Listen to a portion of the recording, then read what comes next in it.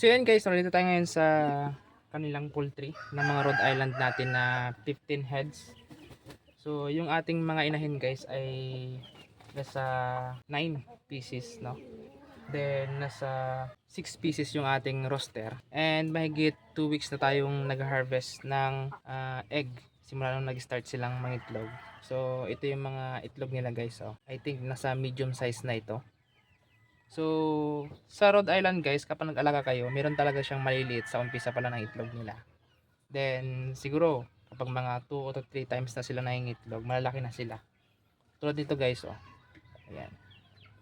Then nag-start na rin tayo ngayon guys na mag-breed, no? Gamit yung incubator natin. Mahigit 20 plus na yung ating pinapapapisa sa incubator.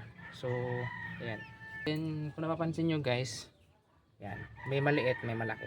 Ayan. Which is okay lang siya guys, kasi ito guys ay bago pa lang silang nangingitlog. So maliliit talaga sila. Ayan. Meron siyang mahaba, oh. Mahaba. Yan yung isa. Ayan. May basag na yung isa, oh.